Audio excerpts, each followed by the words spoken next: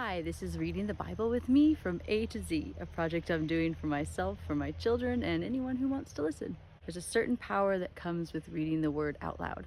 It says in Romans 10:17 through 18, "Consequently, faith comes through hearing the message, and the message is heard through the word about Christ. But I ask, did they not hear? Of course they did. Voice has gone out into all the earth, their words to the ends of the world. Whoever has ears, let them hear." Acts 18.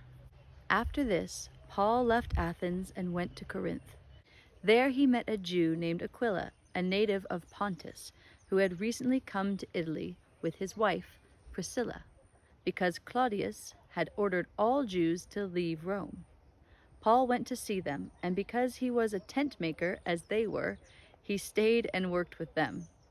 Every Sabbath he reasoned in the synagogue, trying to persuade Jews and Greeks. When Silas and Timothy came from Macedonia, Paul devoted himself exclusively to preaching, testifying to the Jews that Jesus was the Messiah. But when they opposed Paul and became abusive, he shook out his clothes in protest and said to them, "Your blood be on your own heads. I am innocent of it. From now on I will go to the Gentiles." Then Paul left the synagogue and went next door to the house of Titius Justus, a worshipper of God. Crispus, the synagogue leader, and his entire household believed in the Lord, and many of the Corinthians who heard Paul believed and were baptized. One night the Lord spoke to Paul in a vision. "Do not be afraid. Keep on speaking. Do not be silent, for I am with you, and no one is going to attack and harm you, because I have many people in this city."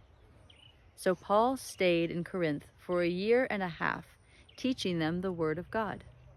While Galileo was proconsul of Achaia, the Jews of Corinth made a united attack on Paul and brought him to the place of judgment. "This man," they charged, "is persuading the people to worship God in ways contrary to the law."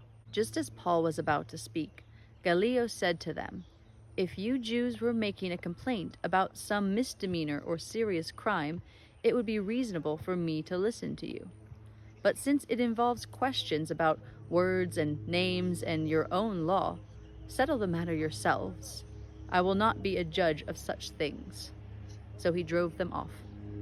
Then the crowd there turned on Sosthenes, the synagogue leader, and beat him in front of the proconsul, and Gallio showed no concern whatever. Paul stayed on in Corinth for some time. Then he left the brothers and sisters and sailed for Syria, accompanied by Priscilla and Aquila. Before he sailed, he had his hair cut off at Cenchreae because of a vow he had taken. They arrived at Ephesus, where Paul left Priscilla and Aquila. He himself went into the synagogue and reasoned with the Jews. When they asked him to spend more time with them, he declined. But as he left, he promised, "I will come back if it is God's will." Then he set sail from Ephesus. When he landed at Caesarea, he went up to Jerusalem and greeted the church, and then went down to Antioch. After spending some time in Antioch, Paul set out from there and traveled from place to place throughout the region of Galatia and Phrygia, strengthening all the disciples. Meanwhile, a Jew named Apollos, a native of Alexandria, came to Ephesus. He was a learned man with a thorough knowledge of the Scriptures. He had been instructed in the way of the Lord, and he spoke with great fervor and taught about Jesus accurately, though he knew only the baptism of John. He began to speak boldly in the synagogue.